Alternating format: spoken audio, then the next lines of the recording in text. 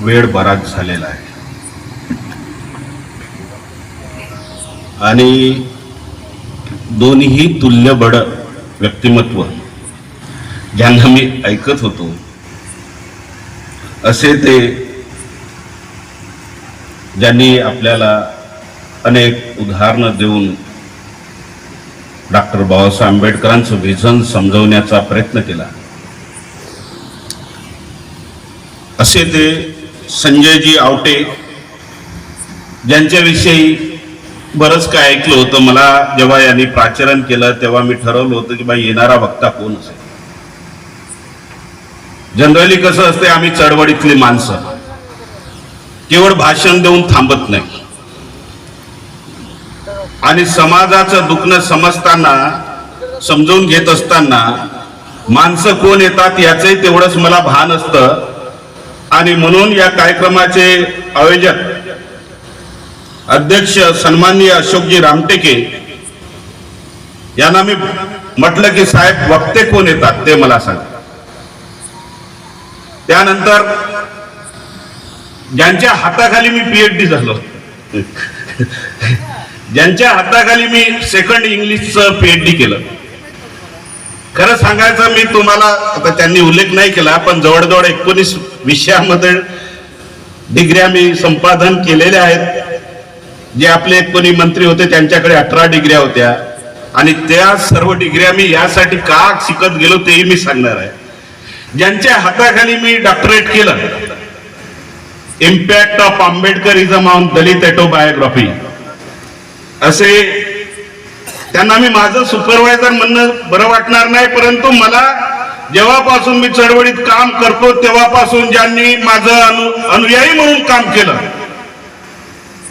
आणि आंबेडकर चळवळीला एक नवी दिशा देण्याचा त्यांनी प्रयत्न केला असे ते डॉक्टर युवराज मेश्राम यांनी मला सांगितलं की सर आपणास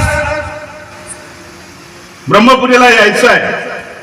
मी म्हटलं पहिला वक्ता कोण आहे ते सांगा, कोण भाष्यकार आहे आमच्या आंबेडकरिझम चळवळीवर बोलणारा.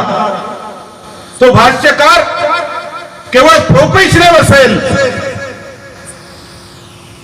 मानधन घेऊन बोलणारी मंडळी असतील तर अशा भाष्यकाराच्या डायसवर मी कधी बोलणार नाही.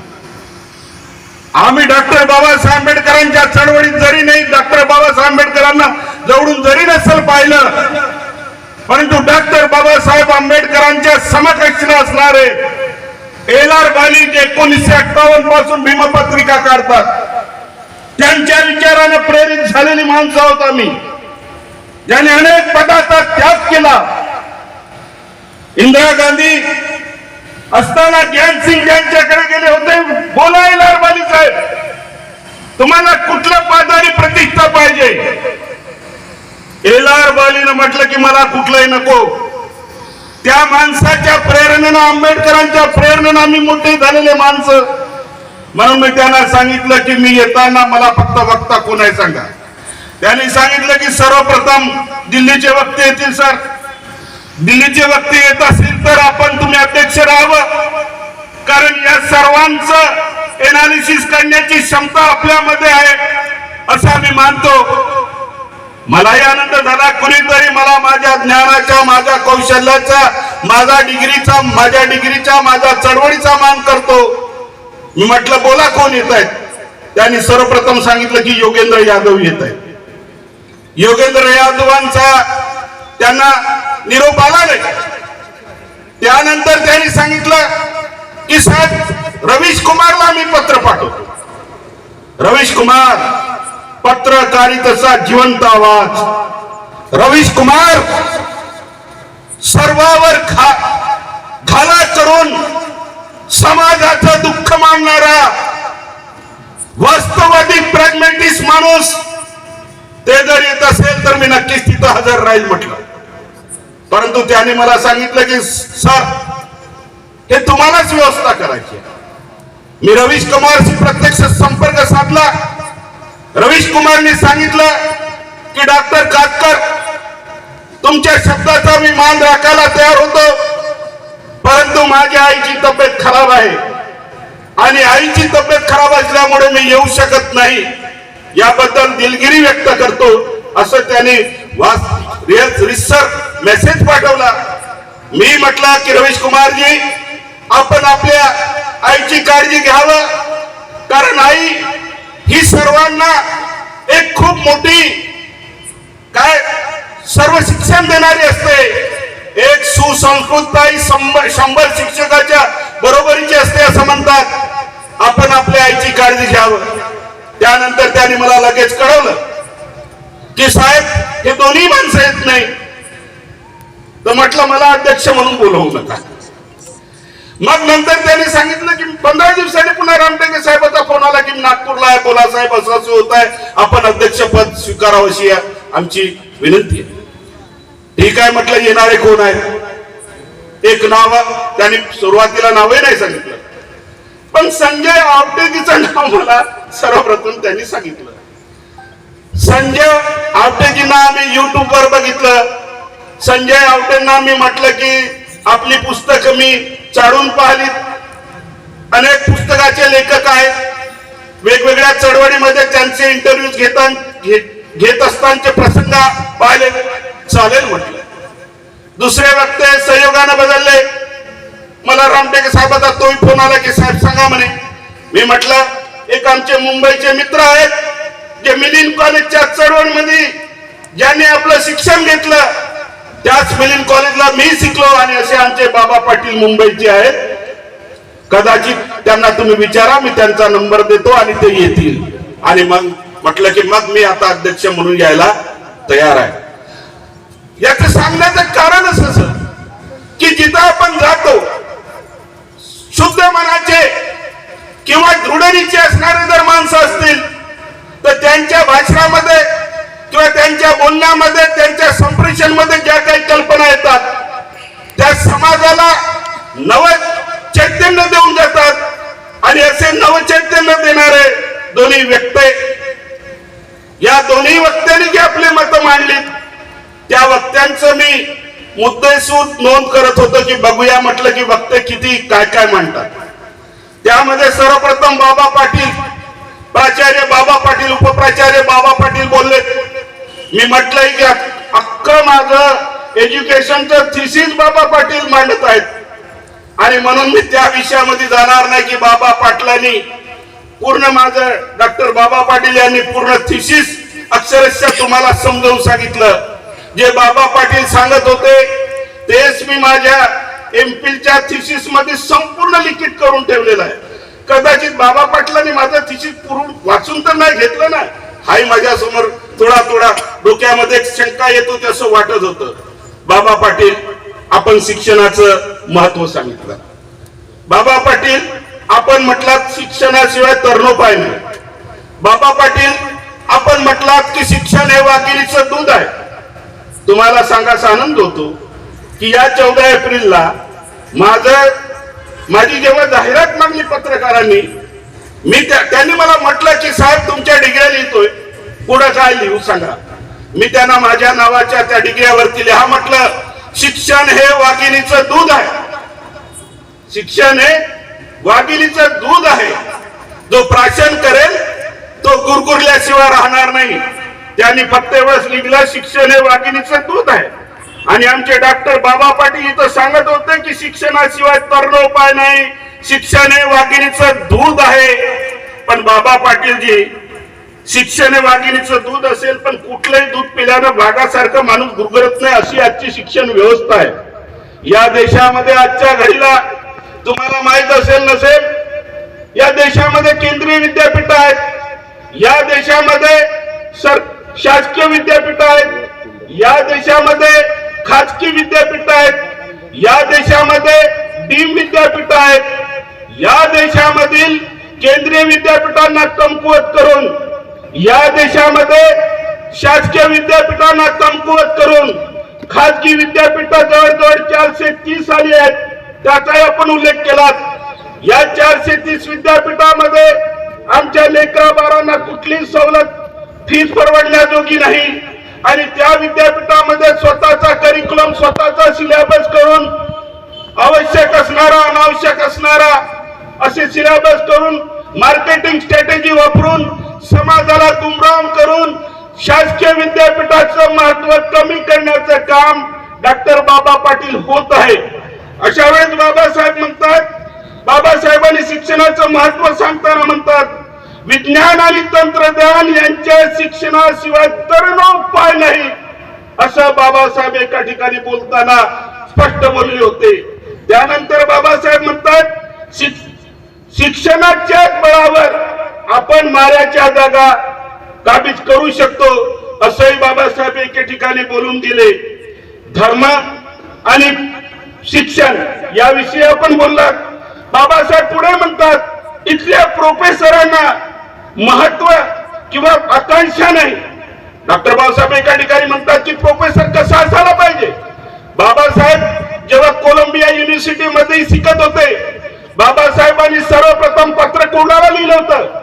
बाबासाहेबांनी सर्वप्रथम जमातेदारांना लिहिलं होतं। त्यामध्ये बाबासाहेब लिहितात, शेक्सपियरचं कोटेशन बाबासाहेब लिहितात, माणसाच्या जीवनामध्ये संधी येत असतात, त्या संधीवर आरूढ होऊन जो माणूस जातो तो आपल्या यशापर्यंत जातो, परंतु जो संधीच्या लाटेवर आरूढ होत नाही तो मात्र यशापासून बाजूला जातो।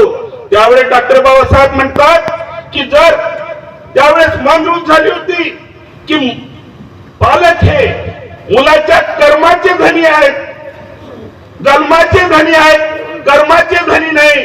त्यावेळेस डॉक्टर बाबासाहेब आंबेडकर म्हणतात की जर पालकांनी मनात घेतलं मुलाचा जन्मच काय कर्म सुद्धा बदलवू शकतात आणि म्हणून या टाकाऊ मनीकडे आपल्या लोकांनी दुर्लक्ष करून बालकांच्या कर्माचं म्हणजे त्यांना जसं घडवता येईल तसं घडवण्याचा प्रयत्न केला पाहिजे असे सांगणारे बाबासाहेब होते। डॉक्टर बाबासाहेब त्यावेळेस म्हणतात, त्यावेळेस जमातेदारांची मुलगी 4थ्या वर्गात होती, गंगूबाईची पहिली महिला होती। त्या पहिल्या महिलेविषयी डॉक्टर बाबासाहेब आंबेडकर म्हणतात, जमातेदार तुम्ही मला जेव्हा सोडायला आलात त्यावेळेस तुमचं पितृतुल्य प्रेम पाहून मी भारावून गेलो। जमातेदारजी, जेवढं प्रेम तुम्ही माझ्यावर करता तेवढंच माझ्या भावंडावर करा। जेवढे तुम्ही प्रेम गंगूबाईला देतात ना गंगूबाईला शिकवतात, त्याबद्दल त्यासोबत या समाजातील मुली सुद्धा शिकलं पाहिजे। आणि त्यावेळेस डॉक्टर बाबासाहेब आंबेडकर म्हणतात की मुलाच्या शिक्षणासोबत मुलीच्याही शिक्षणाकडे लक्ष दिलं पाहिजे असे सांगणारे बाबासाहेब शिकताना सुद्धा तेच काम करतात। बाबासाहेब पुढे म्हणतात, त्यावेळेस बाबासाहेब आम्हाला बहिष्कृत समजत होते आणि म्हणून बाबासाहेबांनी सर्वप्रथम बहिष्कृत शिक्षण सभा स्थापन केली होती। बाबासाहेब शिक्षणाविषयी म्हणतात, आमच्या लोकांना बहिष्कृत, आमच्या लोकांना अक्कल नाही, बहिष्कृत म्हणजे बेअक्कली, बहिष्कृत म्हणजे अक्कल नाही। त्यावेळेस बाबासाहेब उदाहरण देतात, एखादी खडकाळ जमीन आहे किंवा एखादी नापीक जमीन आहे, त्याला योग्य रीतीने संधी जर भेटली तर तिथं चांगलं उत्पन्न होऊ शकते। या बहिष्कृतांना तुम्ही संधी तर द्या। आणि बाबासाहेब सांगतात, या बहिष्कृतांना संधी देत असताना जसा आर्किटेक्चर असते तो उच्च कोटीचा आर्किटेक्चर असेल किंवा मध्यम कोटीचा आर्किटेक्चर असेल किंवा कनिष्ठ कोटीचा आर्किटेक्चर असेल, त्यामध्ये कुठलाही दगड जर दिला तर त्याच्या आर्किटेक्चरच्या स्किल नुसार तो माणूस घडेल। आणि म्हणून आमच्या बहिष्कृतांना संधी द्या, ते संधीचं सोनं करतील। आणि म्हणून ज्या बाबासाहेबांना आयुष्यामध्ये शिक्षणामुळे संधी मिळाली आणि बाबासाहेबांनी आपल्या शिक्षणाचं सोनं केलं हे आपल्याला माहित आहे। आणि बाबासाहेब पुढे जाऊन म्हणतात, या देशातले विद्यापीठ केवळ परीक्षा घेण्याची साधना झाली पाहिजेत। डॉक्टर पाटील, या देशातील विद्यापीठ इंडिव्हिज्युअल पर्सनॅलिटी डेव्हलपमेंट करणारी झाली पाहिजेत। परंतु आपल्या देशामध्ये शिक्षण ज्याप्रमाणे दिल्या जातात त्यामध्ये बाबासाहेब म्हणतात की या देशामध्ये जे शिक्षण दिलं जातं त्यावर या इथल्या विद्यार्थ्यांची जडणघडण आहे। बाबासाहेब म्हणतात, इथं रस्किन शिकवला पाहिजे, इथं प्लेटो शिकवला पाहिजे, इथं फ्रान्सिस बॅकन शिकवला पाहिजे। इथं मात्र आपल्या शिक्षणामध्ये जे सिलेबस दिला जातो तो तशा प्रकारचा नसल्यामुळे या देशातील नवीन पिढी, तरुण पिढी तशी घडत नाही। हे बाबासाहेबांनी त्या काळात सांगलेलं भाकीत आज स्पष्ट होताना दिसत आहे। मित्र हो, बाबासाहेबांच्या शिक्षणाविषयी जर बोला, बाबासाहेबांच्या शैक्षणिक विचाराविषयी जर बोलायचं झालं तर बाबासाहेबांच्या शिक्षणाविषयी एका शब्दात सांगता येईल, शिक्षण हे उन्नतीचं साधन आहे बाबा पाटील. आणि आपण जो शिक्षणाविषयी जे मांडणी केले त्याबद्दल नक्कीच आपण अभिनंदनात पात्र आहात. आणि म्हणून डॉक्टर बाबा पाटील साठी एकदा आपल्याकडून जोरदार टाळ्या व्हावं असे आपणा सर्व सूचना वजा विनंती आहे. त्यानंतर मान्य संजय आवटेजी, आपलं वक्तृत्व कौशल्य, तसंही आपण दूरदर्शन, टेलिव्हिजन, पत्रकारिता हे सर्व क्षेत्र बघितली आहेत. आपली कौशल्य, आपली जी इंटरव्ह्यू घेण्याची पद्धती, आपली जी सांगण्याची पद्धती, आपली शेरशायरी, आपली कवित्व मन, हे सर्व या लोकांना खिळवून ठेवलं. आणि अक्षरशः खिळवून ठेवलं नाही, लोक बोलतात पण बोलण्यामध्ये काही सारांश असतो, समरी असतो, चळवळीचं ध्येय असतं, चळवळीला पुढे नेणारे विचार असतात. ते आपल्या विचारामध्ये मला दिसले. आणि त्यामध्ये काही गोष्टी आपण जे मांडणी केली त्यामध्ये सर्वात मोठं भारतीय संविधानावर आपण जास्त भर देण्याचा प्रयत्न केला. कारण डॉक्टर बाबा पाटील यांनी जवळजवळ शिक्षणावर भर दिला आणि आपण शिक्षणासोबत संविधानावर भर दिला. आणि संविधाना संदर्भात जर बोलायचं झालं, LLM कॉन्स्टिट्यूशनल लॉ या नात्याने संविधानाच्या बाबतीत आज अनेक लोक अनेक प्रकारचं उहापोह करतात. शिकाचं मर्डेकर आणि सांगाचं आंबेडकर, शिकाचा इतिहास आणि सांगाचं कॉन्स्टिट्यूशन. काही चंद्रपूरला वक्त्या येऊन गेल्यात, त्या तर मागे म्हणून गेल्या होत्या की संविधानाचं जे आपण मांडणी करतो की संविधानामध्ये ज्या गोष्टी नाही त्याही गोष्टी त्या सांगून गेल्यात. काल परवा एक वक्ते येऊन गेल्यात, लोक ऐकायला गेलेत, त्या तर सरळ सरळ म्हणतात की संविधान हे साहित्य आहे. संविधान आवटे साहेब साहित्य नव्हे, संविधान हे आमच्या जगण्या मरण्याचा डॉक्युमेंट आणि मसुदा आहे. एवढं सहजासहजी या देशाला संविधान मिळालं नाही. या संविधानाची निर्मिती करत असताना तुम्हाला माहित असेल की जेव्हा डॉक्टर बाबासाहेब आंबेडकर पश्चिम बंगाल मधून जोगेंद्रनाथ मंडलच्या सहाय्याने आणि मुस्लिम लीगच्या सहाय्याने जेव्हा संविधान सभेमध्ये पोहोचले, संविधान सभेमध्ये बाबासाहेब पोहोचू नये म्हणून या देशाचे, ज्यांना तुम्ही उल्लेख केलात की सरदार वल्लभभाई पटेल प्रधानमंत्री व्हायला पाहिजे, नक्कीच ते उपपंतप्रधान होते हेही सत्य आहे, ते गृहमंत्री होते हेही सत्य आहे. या सरदार वल्लभभाई पटेलनी डॉक्टर बाबासाहेब आंबेडकरांचा आखरीवरी विरोध केला. त्यांनी इतवरी म्हटलं होतं, बघूया डॉक्टर बाबासाहेब आंबेडकर कसे संविधान मध्ये सभेमध्ये येतात.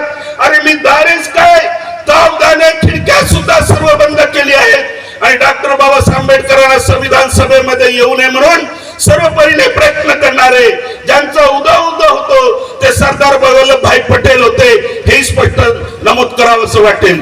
त्यानंतर जेव्हा आपल्या देशाची फाळणी झाली, फाळणी झाल्यावर बाबासाहेबांचं सदस्यत्व रद्द झालं, बाबासाहेबांचं सदस्यत्व रद्द झालं.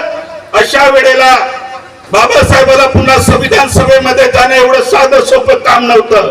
परंतु संविधान सभे पश्चिम बंगाल मधून बाबासाहेब संविधान सभेमध्ये असताना वाद खूप वाढला होता. कारण मुस्लिम लीग बऱ्याच अंशी संविधान सभेमध्ये पार्टिसिपेट व्हायला तयार नव्हतं. आणि एक दिवस असा आला की त्या दिवशी संविधान सभेमध्ये मूळ गोष्टी, बेसिक गोष्टी होणार होता. त्याच दिवशी डॉक्टर मुस्लिम लीगची सर्व मेंबर हजर नव्हती. Try to understand me, I am trying at my best level to deliver my lecture in Marathi. त्याच्यामुळे थोडाफार प्रॉब्लेम होत आहे. मी तुमच्या लेवलला येऊन बोलण्याचा प्रयत्न करतो. मुस्लिम लीगची मंडळी हजर नव्हती. त्यावेळेस संविधान सभेमध्ये मोठी गरमागरम वातावरण तयार झालं आणि त्यामध्ये असं ठरवलं होतं की मुस्लिम लीग विना पुढच्या गोष्टी पुढे चालायच्या. परंतु बऱ्याच लोकांनी गरमागरम चर्चेमध्ये डॉक्टर राजेंद्र प्रसादना असं वाटलं यावर सोल्युशन काय. डॉक्टर राजेंद्र प्रसादना वाटलं की हे जर गरमागरम चर्चा जर थांबवायची असेल, हे मतभेद जर थांबवायचे असतील तर doctor Babasaheb Ambedkar you have to speak it. Doctor Babasaheb आंबेडकरांना भाषणात वाचन करण्यात आलं होतं. डॉक्टर बाबासाहेब आंबेडकरांनी विचारही नव्हता केला की वेळेवर मला कुणीतरी भाषण द्यायला लावेल, वेळेवर मला कुणीतरी पुढे करेल. कारण त्या संविधान सभेमध्ये 101 विद्वान होते आणि या 101 विद्वानासमोर बोलणं ही मोठी कठीणाईची गोष्ट होती. त्यावेळेस डॉक्टर बाबासाहेब आंबेडकरांना जेव्हा राजेंद्र प्रसादनी भाषण द्यायला सांगितलं, त्यांना वाटलं होतं काँग्रेसींना त्यांना वाटलं होतं की आता डॉक्टर बाबासाहेब आंबेडकर मुस्लिम लीगवर तुटून पडतील आणि डॉक्टर बाबासाहेब आंबेडकर काहीतरी वेगळी भूमिका घेतील. आवटे साहेब, डॉक्टर बाबासाहेब आंबेडकरांचं ते भाषण ऐतिहासिक नोंद आहे. डॉक्टर बाबासाहेब आंबेडकरांचं ते भाषण या देशाच्या भविष्याचा मसुदा होता. डॉक्टर बाबासाहेब आंबेडकरांनी त्यावेळेस जे दिलेलं भाषण होतं, या देशामध्ये धर्मवाद किंवा जातीच्या नावाखाली किंवा पंथाच्या नावाखाली इतर गोष्टी करण्यापेक्षा या देशाच्या भविष्याच्या पिढीचा, या देशाच्या भविष्याचा विचार करूया. आणि जेव्हा देशाच्या भविष्याचा विचार करत असताना सर्व समाजाचे घटक आवश्यक आहेत. आणि म्हणून जे बाबासाहेबांचं भाषण 10 मिनिट, फक्त 10 मिनिटात बाबासाहेबांना बोलायचं होतं, 10 मिनिटाचं भाषण झालं. आणि बाबासाहेबांचा मुत्सद्दीपणा, बाबासाहेबांचं ज्ञान, बाबासाहेबांचं तत्वज्ञान, बाबासाहेबांनी जेवढं ग्रहण केलं होतं न्यूयॉर्क कोलंबिया युनिव्हर्सिटीमध्ये शिकताना, सेल्गिमन आणि कॅनन प्रोफेसरच्या ज्युरिडिक्शन मध्ये स्वतः रिसर्च करताना आणि मोठमोठ्या सेमिनार मध्ये पार्टिसिपेट होऊन बाबासाहेबांनी कमवलेलं ज्ञान त्यांनी 10 मिनिटात मांडलं. आणि देशाच्या भवितव्याचं स्पष्ट चिन्ह, स्पष्ट रूप बाबासाहेबांनी मांडलं. मात्र ते भाषण झाल्याबरोबर काही दिवसांनी देशाची फाळणी झाली आणि फाळणी झाल्यावर डॉक्टर बाबासाहेब आंबेडकरांचं सदस्यपद गेलं. आता मोठी समस्या निर्माण झाली. डॉक्टर बाबासाहेब आंबेडकर संविधान सभेत नाही, याविषयी बरेच गैरसमज आहेत. याविषयी सुद्धा बरेच गैरसमज आहेत. डॉक्टर बाबासाहेब आंबेडकर कोणाच्या पुण्याईने किंवा कोणाच्या सपोर्टमुळे संविधान सभेमध्ये पोहोचले. संविधान सभेमध्ये येऊ नये म्हणून सर्वप्रथम डॉक्टर बाबासाहेब आंबेडकरांचा विरोध झाला. अरे तुम्ही डॉक्टर बाबासाहेब आंबेडकरांचा संविधान सभेमध्ये येऊ नये म्हणून विरोध केला आणि तुम्ही असं कसं म्हणू शकता की कोणाची तरी मेहरबानी डॉक्टर बाबासाहेब आंबेडकरांवर होती. डॉक्टर बाबासाहेब आंबेडकरांच्या पहिल्या भाषणामुळे, प्रचंड ज्ञानवंत बौद्धिक उपदेशामुळे या देशातले संविधान सभेचे अध्यक्ष डॉक्टर राजेंद्र प्रसादने बीजी खेरांना पत्र लिहिलं आणि त्यामध्ये त्यांनी स्पष्ट लिहिलं, I would like to see doctor B R Ambedkar in coming session. I would like to see B R Ambedkar in coming assembly constitutional assembly session. आणि बीजी खेरनी तेव्हा मुंबई प्रांत म्हणत होते, मुंबई प्रोव्हिन्शियल मधून पुन्हा बाबासाहेबांची संविधान सभेवर नियुक्ती झाली आणि बाबासाहेबांनी एकेका मुद्द्याचं आकलन, एनालिसिस, त्यापूर्वी 16 कमिट्या ऑलरेडी डिसाइडेड होत्या. संविधान सभेची निर्मिती करताना 17 कमिट्या होत्या, 16 कमिट्या ऑलरेडी डिसाइडेड होत्या. जसं बाबासाहेबांची पुन्हा मुंबई प्रांतातून निवड झाली तसं बाबासाहेबांना बिझनेस कमिटीनं 17व्या कमिटीचं चेअरपर्सन केलं आणि तिथून आमच्या डॉक्टर आमच्या बाबासाहेबांची भूमिका तयार झाली. आणि तिथून आमचा भीमराव, ज्यांना आम्ही भीमराव म्हणून संबोधत होतो, तो डॉक्टर बाबासाहेब ड्राफ्ट टीम कमिटीचा चेअरपर्सन झाला. आलेले ड्राफ्ट मॉडिफाय करणे, आलेले ड्राफ्ट मध्ये सजेशन करणे, आर्ग्युमेंट करणे, सर्वांना समजावून सांगणे, एक एक मुद्दा संविधान सभेसमोर ठेवले, देशाला काय आवश्यक आहे काय आवश्यक नाही हे समजवणे. 2 वर्ष 11 महिने 17 दिवस राबून या बंद्यानं भारतीय संविधानाचा ड्राफ्ट तयार करून या देशाला संविधान दिलं. आम्ही तर पुढे जाऊन आवटे साहेब म्हणतो की 2 वर्ष 11 महिने 17 दिवस बाबासाहेब झोपलेच नाहीत आणि ज्याचं स्लीप डिसऑर्डर झालं. एक मेंटल हेल्थ हायजिन्स, मेंटल इलनेस आमचं सांगतं की 2 वर्ष 11 महिने 17 दिवस जो माणूस फार कमी झोपणार. तुम्ही 3 दिवस झोप घेऊ नका. 4थ्या दिवशी साहेब स्लीप डिसऑर्डरचे पेशंट म्हणून माझ्याकडे यावं लागेल. स्लीप डिसऑर्डर झाले असतील आणि बाबासाहेबांचं डायबिटीस वाढत गेलं आणि या भारतीय संविधानाच्या निर्मितीमुळेच तुमचे आमचे डॉक्टर बाबासाहेब आंबेडकर फार कमी वयात 6 डिसेंबर 1956 ला डायबिटीसच्या सिव्हिअर अटॅकमुळे चालले गेले. अरे आमच्यासाठी लढणारा योद्धा 2 वर्ष 11 महिने 17 दिवस राबून या देशाचं संविधान लिहितो. आमच्यासाठी लढणारा योद्धा वी द पीपल म्हणतो. अमेरिकेमध्ये सुद्धा सर अगदी छोटं संविधान आहे, तिथं सुद्धा विविध पीपल आहे, परंतु त्यामध्ये सुद्धा ऑब्जेक्शन झाले होते. विविध people, why should we have to write विविध पीपल? जेव्हा की संविधान सभेमध्ये निवडून गेलेले लोक एकाही सभासदाला लोकांनी निवडून दिलं नव्हतं, तरी why should we have to write विविध पीपल? विविध पीपल यासाठी की जे समाजाला जी प्रेरणा मिळाला पाहिजे, हे संविधान आम्ही कशासाठी लिहितो, हे संविधान आम्ही कशासाठी स्वीकारतोय, या संविधानाचा मूळ उद्देश काय, ज्यामध्ये सामाजिक, आर्थिक, राजकीय सर्व स्तराची न्याय, सर्व स्तराची डिग्निटी, सर्व स्तराचं स्टेटस, प्रत्येक इंडिव्हिज्युअल व्यक्तीचं इंडिव्हिज्युअलिटी, प्रत्येक इंडिव्हिज्युअल व्यक्तीची प्रतिष्ठा, या सर्वांसाठी भारतीय संविधान आहे. पण आवटे साहेब, मी तुम्हाला विचारतोय, या संविधानानं पहिलं विवेचन दिलं होतं की या देशामध्ये सर्व स्तराची समता असेल, ती राजकीय असो, किती धार्मिक असो, किती आर्थिक असो.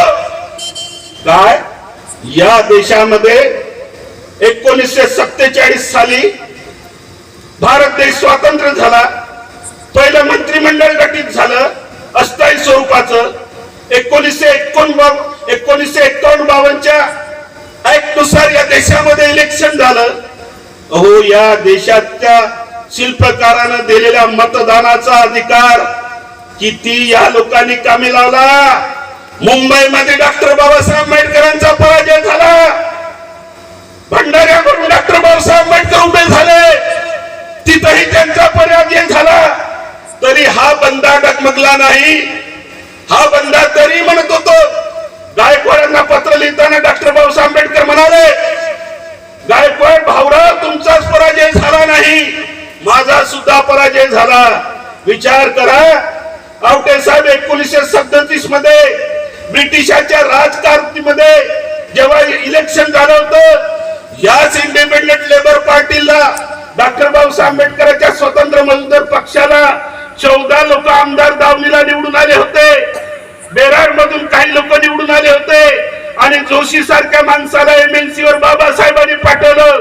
आणि म्हणून बाबासाहेब जगतानाही जातीवादी नव्हते आणि मरताना सुद्धा जातीवादी नव्हते, परंतु आम्ही आजही त्यांना एका जातीचं संबोधन करतो, कृतीत मात्र कुणीही त्यांना स्वीकारत नाही. येतानाच हा प्रश्न झाला होता, का या देशामध्ये ज्या माणसाने तोंडात आमच्यावर उपकार केलेत, ज्या माणसाने सर्व समता देण्याचं अभिवाचन दिलं, ज्या माणसाने आमची प्रतिष्ठा जपण्याचा प्रयत्न केला, ज्या माणसाने आम्हाला दर्जा देण्याचा प्रयत्न केला, ज्या माणसाने आमच्यासाठी कधी झोपला नाही, जो माणूस आमच्यासाठी सतत राबत होता. आवटे साहेब, डॉक्टर बाबा पाटील, का या देशामध्ये किती लोकांनी बाबासाहेबाला स्वीकारलं? अरे आज आम्ही बाबासाहेबाला, आपण बोलला 14 पासून या देशामध्ये परिवर्तन झालं. 14 मध्ये आंबेडकर सप्ताह साजरा झाला. पहिल्यांदा देशामध्ये आंबेडकर सप्ताह साजरा झाला.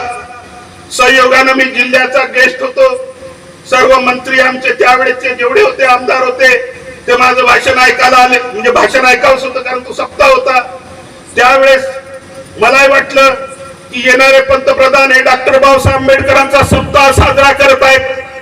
नक्कीच या देशामध्ये शैक्षणिक चमत्कार होईल, नक्कीच या देशामध्ये डाऊन ट्रोडनचा अपलिफ्टमेंट होईल, नक्कीच या देशामध्ये वंचिताला वर उचलण्याचा प्रयत्न होईल, नक्कीच या देशामध्ये SC NT विजे SBC OBC ना सर्व सोयी सवलती मिळून त्यांचं जीवन अपलिफ्टमेंट होईल, हा आमचा आशावाद होता.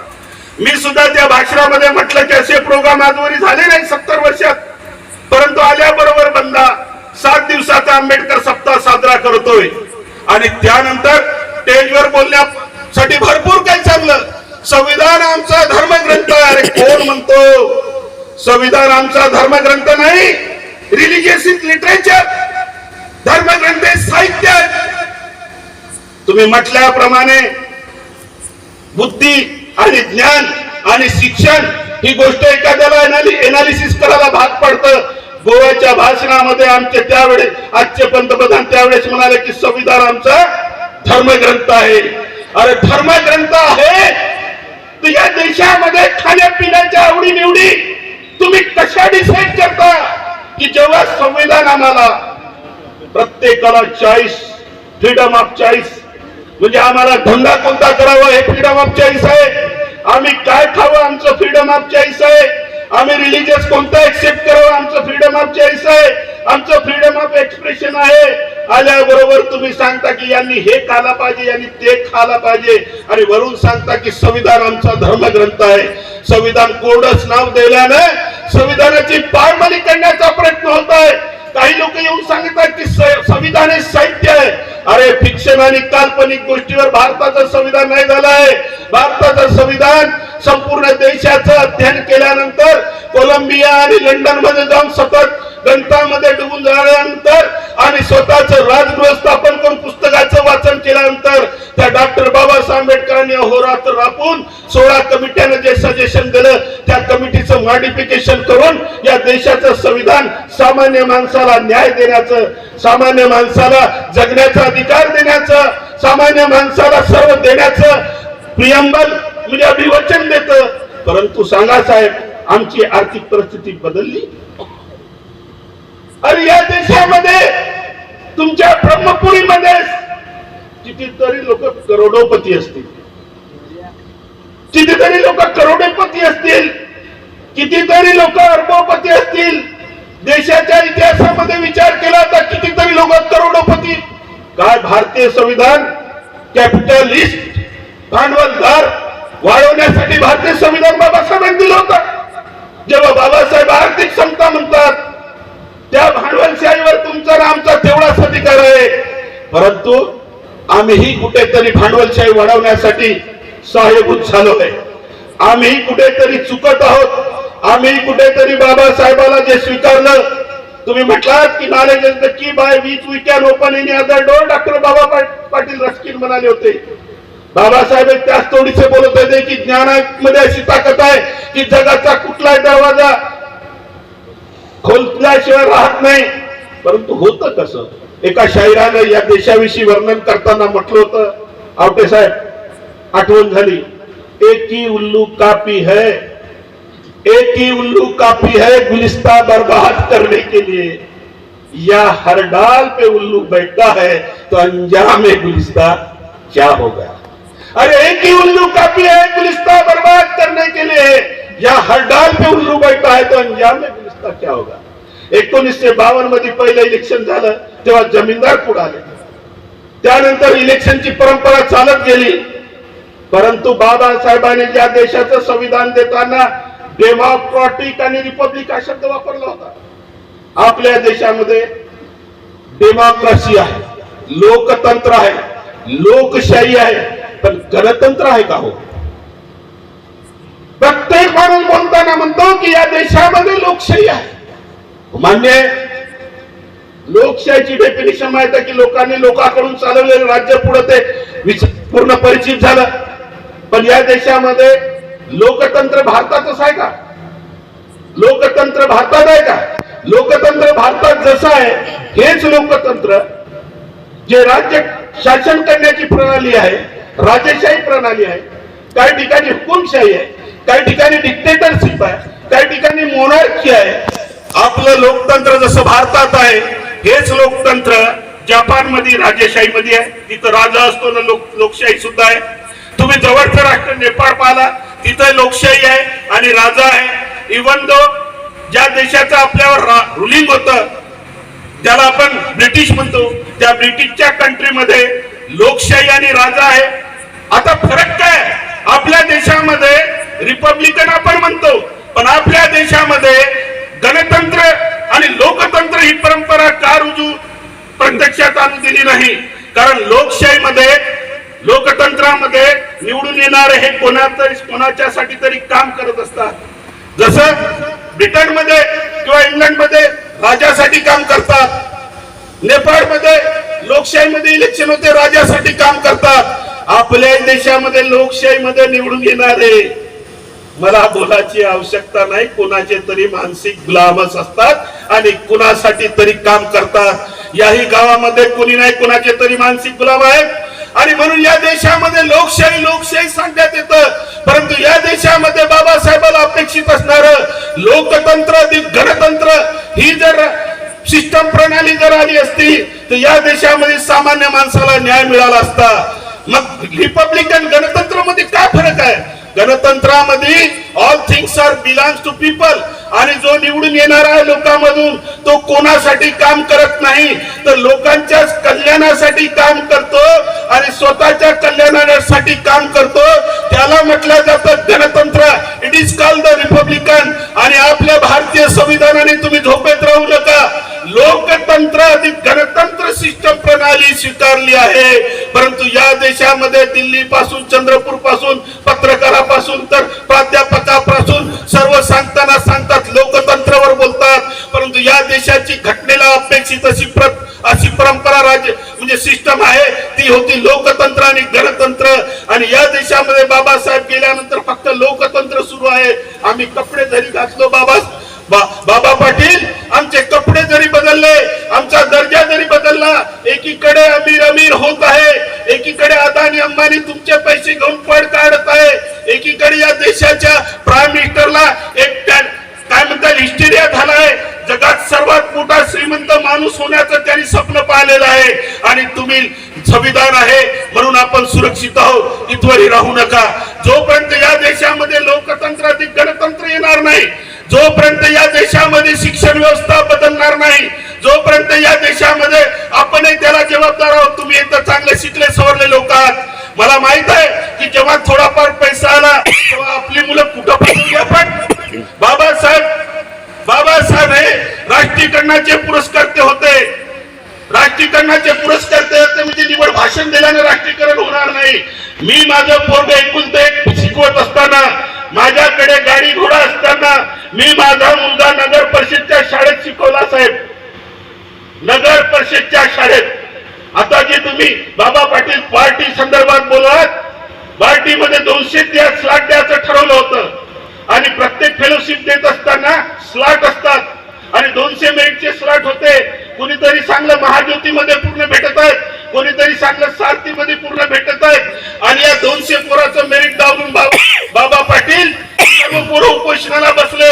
म्हणजे पुन्हा सवय 30 लागेल कोणीतरी आपल्याला जावं आणि आपलं डेव्हलपमेंट करावं. माझं पोरग 200 मध्ये मेरिट आहे. मी सांगितलं तुम्हाला पहिल्याच लिस्ट मध्ये 200 मध्ये इंजिनिअरिंग मध्ये मेरिट आहे तो. म्हणजे परंतु आपलं आत्मस्वाभिमान काही आहे का नाही आमची डिग्निटी स्वतःची आहे का नाही. आणि या बार्टी सारथी महाज्योती आता काय साहेब अमृत. आता काय अमृत. 1950 पासूनच या देशामध्ये division of system division of policy झालं.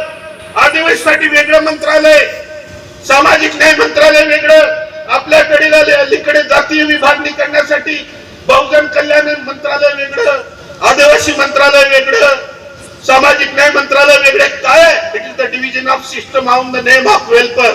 वास्तवता महाज्योती सारथी बार्टी अमृत आता ब्राह्मणासाठी झालेलं अमृत. ते काय सांगतं साहेब की समाजाला जाती जातीमध्ये विभागणं करणं सुरू आहे. हे लोकशाहीमध्ये चालतं. लोकशाहीमध्ये ब्रिटिशांनी जी पॉलिसी केली या समाजाला विभाजित करा आणि रुलिंग करा. इथं डेमोक्रेसी मध्ये लोकतंत्रामध्ये रुलिंग करून जाती जातीमध्ये वाटून जाती जातीचे संघटन तयार करून आमच्या लेकरामध्ये द्विधा निर्माण करण्याचा प्रयत्न केला जात आहे. आणि म्हणून एक वाक्यता चालायची असेल तर सर्वांसाठी समान. जसं मी सांगितलं की आम्ही आमचं पोरग सांगतो आंबेडकर स्टेजवर आणि पोरग शिकवतो कॉन्व्हेंट मध्ये आणि वरून सांगतो की राष्ट्रीयकरणाचा आम्ही समर्थक आहे. अहो कॉन्व्हेंटच्या शाळेमध्ये या देशामध्ये शाळेचं वर्गीकरण करायचं झालं अधिकाऱ्यासाठी केंद्रीय विद्यालय आहे ग्रामीण लोकांसाठी नवोदय विद्यालय जिथं मेरिटरीचे टीचर असतात. त्यानंतर उरल्या शासकीय शाळामध्ये मेरिट बेसिस वरती रिक्रुटमेंट केलं जातं. त्यानंतर उरल्या अनुदानित शाळा. या शाळा बंद आपण करत आहोत कॉन्व्हेंट मध्ये पोरं टाकून सांगतो बाबासाहेब. आणि आपलं पोरग चाललं मोठं कॉन्व्हेंट मध्ये थोडस राईट बोलायला लागलं की मायबाप मोठ्या गोडव्याच्या गोष्टी सांगतात. म्हणजे आपण कोणाला वाढवत आहोत आपण वाढवतो या देशातील भांडवलदारांना, आपण वाढवतो या देशामधल्या कॅपिटलिस्ट लोकांना, आपण डॉक्टर बाबासाहेब आंबेडकरांचे विचार बाजूला सारले तेच पुरते आपण बोलतो. काय तर म्हणे इंग्रजीमध्ये शिकल्यामुळे पोरग जगावर रुलिंग करेल. अहो ज्या भाषामध्ये जगाच्या इतिहासामध्ये जपान असा कंट्री आहे, त्या देशामध्ये जपानी शिवाय दुसरं शिकवलं जात नाही. एक तर जपान जगावर रूल करते. आणि आम्हाला काय झालं, अनेक देशांनी आपल्या बऱ्याच भाषाला बॅन केलं, आम्ही मात्र खाजगीकरणाचं कुठेतरी स्वतःची ऍक्टिव्हिटी वापरतो. त्यामुळे आपल्या देशामध्ये भांडवलदारीपणा वाढत आहे. दुसरी गोष्ट आहे, डॉक्टर बाबासाहेब आंबेडकरांना आपण केवळ जयंती पुण्यतिथी पुतळ्यामध्ये कोंडून ठेवलं. डॉक्टर बाबासाहेब आंबेडकरवर तथागत भगवान बुद्ध ज्यांना आपण म्हणतो, सॉक्रेटिसचा विचार तथागत भगवान बुद्धांनी, तथागत भगवान बुद्धाचा विचार सॉक्रेटिस, त्यानंतर अरिस्टॉटल, प्लाटो आणि त्यानंतर त्यांचा धागा धरून महात्मा ज्योतिराव फुलेंनी शेतकऱ्याचा असूड पासून गुलामगिरी पासून सर्व गोष्टी सांगितल्या. आणि शेतकऱ्याचा असूड गुलामगिरी नंतर विद्येचं महत्व जे महात्मा ज्योतिराव फुलेंनी सांगितलं, तेच महत्व डॉक्टर बाबासाहेब आंबेडकरांनी पुढे सांगितलं. परंतु होतं कसं की ज्योतिराव फुले लोकांनी स्वीकारला, परंतु ज्योतिराव फुलेचे परिवर्तनवादी विचार नाही स्वीकारले. छत्रपती शाहू महाराज लोकांनी स्वीकारला, परंतु छत्रपती शाहू महाराजांची कल्याणाची कन्सेप्ट लोकांनी नाही समजली. आणि म्हणून ज्योतिराव फुले किंवा सावित्रीबाई फुले किंवा तथागत बुद्ध किंवा डॉक्टर बाबासाहेब आंबेडकर ही बोलण्यापुरती वस्तुस्थिती नाही आहे, ती अंगीकृत करणारी वस्तुस्थिती आहे. आणि ज्या लोकांनी डॉक्टर बाबासाहेब आंबेडकरांचे विचार प्रत्यक्ष कृतीत आणून उच्च शिक्षण घेतलं, तो माणूस कोणासमोरही उच्च विचार करणारा माणूस कोणासमोरही नतमस्तक होत नाही. आता प्रश्न उपस्थित होतो की असं शिक्षण कोणतं? डॉक्टर बाबासाहेब आंबेडकर म्हणायचे टेक्निकल एज्युकेशन. त्याही पलीकडे जाऊन आपल्याला विचार करावा लागेल, देशामध्ये असं काही शिक्षण आहे का ज्या शिक्षणामध्ये नोकऱ्या चाकऱ्या तुमच्या घरापर्यंत येतील? खाजगीकरण सरकार थांबवणार नाही, खाजगीकरण सतत होत राहणार आहे. सर्व विकणं सुरू आहे, रेल्वे पासून विमानापर्यंत. अशा वेळेस आपल्या समोर मोठेपणाचा एकमेव मार्ग आहे. मला वाटत नाही कुठेही SC ST NT कडे शेकडो एकर जमीन आहे, त्यांच्याकडे एकच शस्त्र आहे, ते शिक्षणाचं शस्त्र आहे. आणि हे शिक्षणाचं शस्त्र शिक्षणाशिवाय तरणोपाय नाही. शिक्षण हे वाघिणीचं दूध आहे. शिक्षणामुळेच माणसामध्ये ह्युमॅनिटी, डिग्निटी, स्टॅटस हे सर्व डेव्हलप होते. आणि असं शिक्षण जर घ्यायचं असेल तर आपल्या लेकरांना तुम्ही दिशा बदलवा, तुम्ही माणसं बदलवा, तुम्ही प्लेन बदलवा.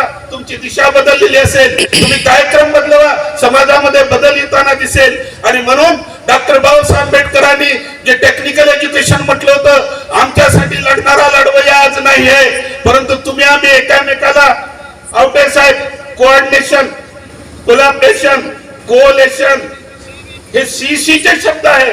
हे जोपर्यंत तुम्ही कामी लावणार नाही, अरे देश कोऑलिशन चालत आहे, तुमच्यामध्ये कोऑपरेशन नाही, तुमच्यामध्ये कोऑर्डिनेशन नाही, तुमच्यामध्ये कोलेशन नाही, तुमच्यामध्ये कोऑपरेशन, कोऑलिशन, कोलॅबरेशन आणि कोलॅबरेटिव्ह जर सिस्टम असेल, एकामेकाला समजून घेण्याची, एकामेकाची डिग्निटी आणि स्टॅटस मान्य करायची, अरे कुणी नाही कुणीतरी कोणाला तरी तुम्ही मोठं समजणार नाही. डॉक्टर बाबासाहेब आंबेडकरांचा आदर्श हा होता की डॉक्टर बाबासाहेब आंबेडकर विद्वानांना शरण गेले. ज्योतिराव फुले म्हणजे त्या काळातील प्रखंड विद्वान. डॉक्टर बाबासाहेब आंबेडकर आपले गुरु बुद्धाला म्हणतात. बुद्ध म्हणजे ज्ञान, ज्ञान म्हणजे विज्ञान. हे विज्ञान दाखवण्याचं नसते, हे विज्ञान कृतीत जर राहणार आणि प्रगत शिक्षण जर आपल्या लेकरा बाळांना द्याल. वेळ बराच झालेला आहे, मला बरंच काही बोलायचं होतं, परंतु वेळेचा अभाव लक्षात घेऊन आणि मी तुम्हाला जाता तो एकच सांगेल की तुमचे 2003 पूर्वी आवटे साहेब किती पोरं इंजिनिअरिंग मेडिकलला जात होते हे जेव्हा माझ्या लक्षात आलं, तेव्हा 2003 मध्ये मी 2000 पासून आंदोलन सुरू केलं. आणि 2003 मध्ये कायम विनाविरोधाने शिकणाऱ्या पोराला इंजिनिअरिंग मेडिकलला पूर्ण फीस जे मिळत आहे तुमच्या लेकरांना, ती 2003 मध्ये सरकारला करण्याला मी भाग पाडलं होतं. काल परवापर्यंत ओबीसीची फ्री फेलोशिप बंद होती. तुम्हाला माहित असेल माझे सत्कार झाले, सतत पाठपुरावा करून मंत्रालयात जाऊन सेक्रेटरीशी भेटून वादविवाद करून शिष्यवृत्तीचं महत्व, आम्ही मिलिंद कॉलेजचे स्टुडंट आहोत, आम्ही 80 रुपये घेऊन शिकलेले आहोत. काय बाबा पाटील किती फीस स्कॉलरशिप भेटत होती? 80 रुपयामध्ये आम्हाला ते परवडत नव्हतं. मात्र आम्ही साखर घ्यायची, दूध घ्यायचं, एक पोळी बनवायचं आणि कॉलेजमध्ये जायचं. आम्ही शिकासाठी जात होतो. जेव्हा मी गॅदरिंग मध्ये सिलेक्ट झालो होतो त्यावेळेस एक तिथे माझी मैत्रीण होती, ती म्हणे की आता तुम्ही नाटकामध्ये सिलेक्ट झालात, आता थोडस गाणं म्हणूया. आता थोडस गाणं म्हणूया. गाणं कोणतं म्हणलं? तेरे दुनिया से दूर होके चले मजबूर हमें याद रखना. तुम्ही काय म्हणायचं? जाओ, मी म्हणे जाओ कहीं भी सनम तुम्हें इतनी कसम हमें याद रखना. मी त्या पोरीला म्हटलं, माय मावसे, होऊ शकते तुझा बाप नोकरीला असेल, हे तू अशीच गाणं म्हणत राहा. मग म्हणे तुम्ही ते देशपांडे साहेब आले ना, त्या नाटकामध्ये तुम्ही स्क्रीनिंग दिली आणि तुम्ही सिलेक्ट झाले आणि तुम्ही तुमचं डायलॉग आठवते का? म्हणे अखंड हिंदुस्थान, मला काय ठाऊक त्यावेळेस, अखंड हिंदुस्थानासाठी आजन्म ब्रह्मचारी राहण्याची प्रतिज्ञा केल्यावर मग लग्नाचा मोहच कुठला. अरे तेव्हा मला नाही समजलं की खाकी पॅन्ट हाफ पॅन्ट काय आहे, पण नंतर मला समजायला लागलं की आपण कुठेतरी चुकलो आहे. मला डायलॉग होता आणि त्यावेळेस मग त्या माय माऊलीला सांगितलं की हे मावसे, मी इथं शिकासाठी आलो आहे. माझ्या वडिलाकडे 50 रुपये पाठवण्या इतपत सुद्धा त्यांची क्षमता नाही. मी कुठेतरी कोणाचे 100 रुपये घेऊन औरंगाबाद वरी आलो आहे. तेरी दुनिया से दूर होके चला मजबूर है तूच मन. आमच्या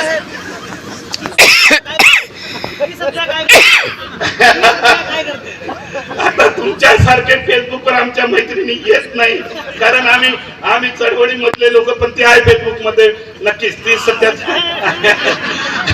आता प्रश्न मी तिला म्हटलं की तू म्हण, मी इतक्या दुरून आलोय, शिकासाठी आलोय, माझ्या माय बापाकडे एवढे पैसे नाही. बाबा पाटील 21चा प्रसंग आठवत असेल मला, ते काय म्हणतात त्याला, केसतोड काय कापडल्या भाषेत मध्ये म्हणतो तो झाला होता. माझं लक्ष लागलं नाही, लागे ना.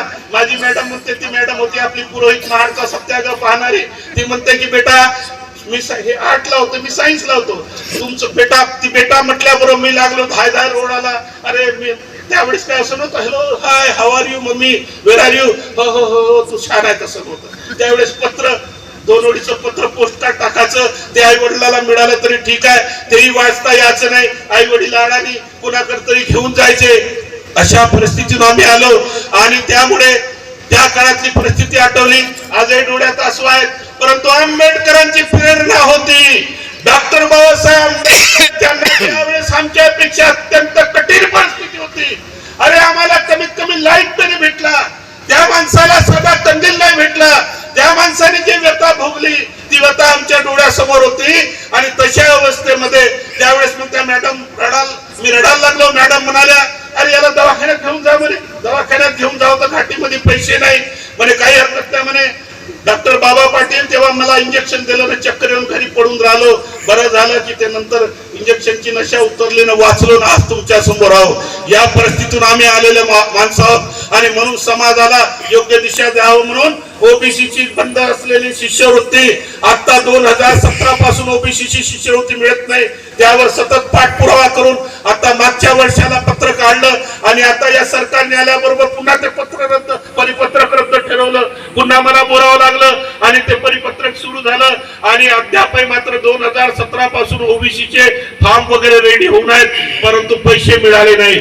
SC NT विजय SP जिल्हा पूर्ण जे मेडिकल इंजिनिअरिंगला फीस मिळावी विनाअनुदानित मध्ये सतत प्रयत्न केला. आणि कारण आम्हाला शिक्षणाचं महत्व समजलं होतं, आम्हाला संविधानाचं महत्व समजलं होतं, परंतु संविधानाच्या अलीकडे फ्रीडम ऑफ रिलिजन्स खूप चुकीच्या दिशेनं वापरल्या जात आहे. फ्रीडम ऑफ रिलिजन्स मध्ये मोरॅलिटी आणि कन्सिनेस सद्विवेक बुद्धी या 2 गोष्टी आलेल्या आहेत. परंतु आमचं जंगल तोडून इथले कास्ट कुठेतरी जातात. मी त्यांना सांगितलं, अरे तुम्ही कास्ट आपल्या घरच्या पैशानं पाठवा ना. रिलिजियस अति उन्माद, धार्मिक उन्माद या देशाला, धर्म कुठलाही असो, आपले साहेब रिलिजियस उन्माद या देशाला एक दिवस घेऊन डुबणार आहे. आणि इथले कास्ट तुम्ही तिथं पाठवता. उद्या जर चर्चला कास्ट मागले तर तुम्ही काय देणार? उद्या जर बौद्ध विहाराला कास्ट मागले तर तुम्ही काय देणार?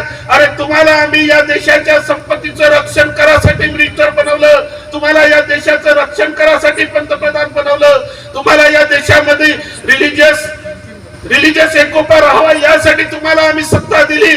आमचा मतदार राजा हा रिलिजियस मध्ये त्यांना मतिभ्रम करून, त्यांना हिप्नोटाइज करून, एक आमच्याकडे बाबा आला होता, त्या नरेंद्र महाराजांच्या पादुका पाहण्यासाठी 25,000 लोक आले होते. हे रिलिजियस हिप्नॉटिझम आमच्या लोकांना करून गणतंत्र नाही येऊ देता, केवळ लोकतंत्र वापरल्या जात आहे. लोकतंत्रामध्ये अमीरातला अमीर माणूस आमदार खासदार होतो आणि तो आमच्यासाठी काही करत नाही. एखादी चुकीच्या दिशेनं लाट मध्ये आला तर त्याला सर्व नौकर वाटतात. आणि अशा वेळेस आपण कुठेतरी विचार करायला पाहिजे. जाता जाता एवढं म्हणेल, जाति और मजहब पे नाम पे दंगे जगाने वाले, जाति और मजहब के नाम पे दंगे जगाने वाले, जवा खून को बहाकर ये शोहरत पाने वाले, अरे अरे इन खुद घर नेताओं के इशारों से बचना, जरा जोश में आना, ये होश में आने वाले, जरा होश में आना, ये जोश में आने वाले. आपण मला ऐकलं आणि मान सन्मान दिलात. आयोजकाचा मी आभारी आहे, विशेषतः रामटेके साहेब आणि मेश्राम, डॉक्टर युवराज मेश्रामजी साहेब आणि इथं बसणाऱ्या ऍडव्होकेट फुले मॅडम आणि इथं बसलेली सन्माननीय गणमान्य मंडळी. आपण मला ऐकलं आणि वेळ बराच झाला आहे आणि म्हणून जाता जाता एवढंच म्हणेल, किसको कहू अपना, किसको कहू पराया, किसको कहू अपना, किसको कहू पराया, किस पे करूं आस, अरे किस पे करूं विश्वास, बांट रहे सब कुछ, बांट रहे सब कुछ जो है हमारे पास, बांट रहे सब कुछ जो है हमारे पास. धन्यवाद. जय भीम, जय भीम, जय भीम. धन्यवाद अध्यक्ष महोदय.